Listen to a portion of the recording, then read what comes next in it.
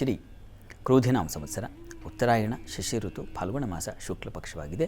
ಈ ದಿವಸ ಬುಧವಾರವಾಗಿರತಕ್ಕಂಥದ್ದು ಷಷ್ಠಿ ತಿಥಿ, ಭರಣಿ ನಕ್ಷತ್ರ, ಉಪರಿ ಕೃತ್ತಿಕಾ ನಕ್ಷತ್ರ ಕೂಡ ಇದೆ ಈ ದಿವಸ ಬುಧವಾರವಾಗಿದೆ. ಬುಧನ ಅನುಗ್ರಹಕ್ಕೆ ಬುಧ ಈಗ ನೀಚ ಸ್ಥಾನದಲ್ಲಿದ್ದಾನೆ. ಹೀಗಾಗಿ ನಮಗೆ ಬುಧನಿಂದಾಗಿ ನೋಡಿ ಚರ್ಮ ಸಂಬಂಧಿ ತೊಂದರೆಗಳು ಉಂಟಾಗಬಹುದು, ನೋವು ಬಾವುಗಳು ಕಾಣಿಸ್ಕೊಳ್ಬಹುದು. ಆತ ವಾತ ಪಿತ್ತ ಕಫ ಮೂರಕ್ಕೂ ಅಧಿಪತಿಯವನು. ಹೀಗಾಗಿ ಆ ಮೂರೂ ಬಗೆಗಳಲ್ಲೂ ಕಾಡುವ ಸಾಧ್ಯತೆ ಇರುತ್ತೆ.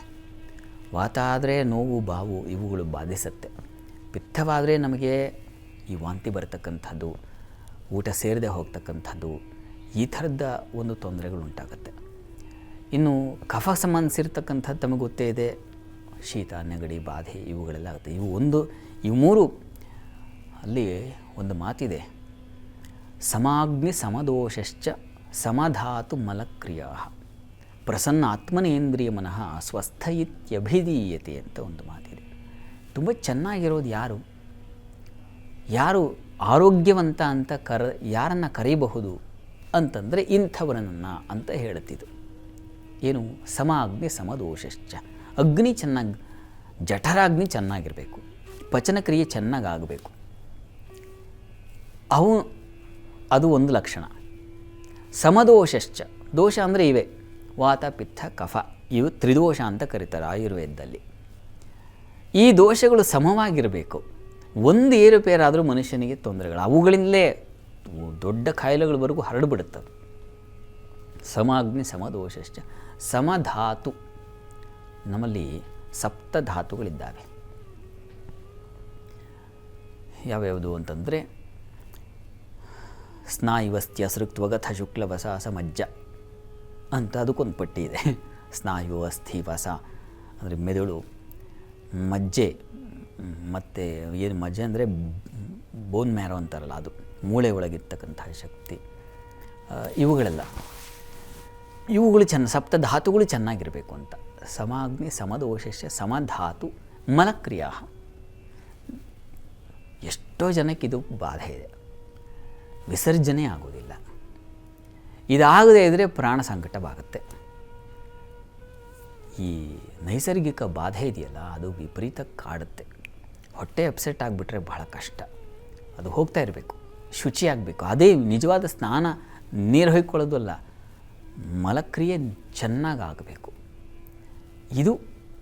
ಇದೆಲ್ಲ ಚೆನ್ನಾಗಿದ್ದು ಬಿಟ್ಟರೆ ಅವನು ಸ್ವಸ್ಥ ಪ್ರಸನ್ನ ಆತ್ಮನ ಇಂದ್ರಿಯ ಮನಃ, ಅದು ಮನಸ್ಸು ಪ್ರಸನ್ನವಾಗಿರಬೇಕು. ಅವನು ನೋಡಪ್ಪ, ಅವನನ್ನು ಸ್ವಸ್ಥ ಅಂತ ಆಯುರ್ವೇದ ಗುರುತಿಸುತ್ತೆ. ಇದೆಲ್ಲದಕ್ಕೆ ಅಂದರೆ ಇವುಗಳು ಬಲವಾಗಿ ಬೇಕು ಅಂದರೆ ನಮಗೆ ನವಗ್ರಹಗಳ ಅನುಗ್ರಹವೂ ಇರಬೇಕಾಗತ್ತೆ. ಎಲ್ಲ ಗ್ರಹಗಳಿಗೂ ಅದರದ್ದೇ ಆದ ಮಹತ್ವ ಶಕ್ತಿ ಇದೆಯಲ್ಲ, ಅದು ಬೇಕಾಗುತ್ತೆ. ಅದರಲ್ಲಿ ತುಂಬ ಪ್ರಧಾನವಾಗಿ ಈ ತ್ರಿದೋಷಗಳನ್ನು ಕಾಡಿಸ್ತಕ್ಕಂಥವನು ಬುಧ.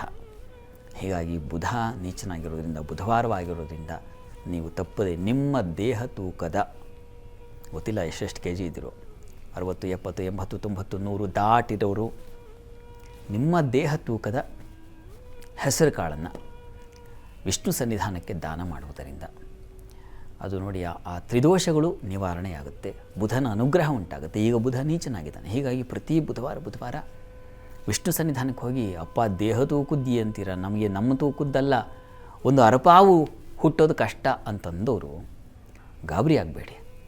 ಎಷ್ಟಾಗುತ್ತೆ ಅಷ್ಟು. ತುಂಬ ನೀವು ಭಕ್ತಿ ಬಹಳ ಮುಖ್ಯ. ಒಂದು ಬೊಗಸೆ ಬೇಡ, ಅರಪಾವು ನೀವು ತಗೊಂಡು ಹೋಗಿ ಕೊಟ್ಟು, ನಿಮ್ಮ ಭಕ್ತಿ ನಿಮ್ಮ ತೂಕದ್ದಿದ್ದರೆ ಸಾಕು, ಅದು ಆ ಕೃಪೆ ಆಗಿಬಿಡುತ್ತೆ. ಪ್ರಯತ್ನ ಮಾಡಿ, ಒಳ್ಳೆಯದಾಗಲಿ.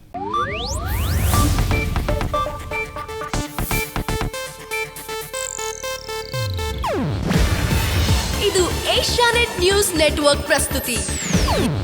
ನೀವು ನೋಡ್ತಿದ್ದೀರಾ ಏಷ್ಯಾನೆಟ್ ಸುವರ್ಣ ನ್ಯೂಸ್.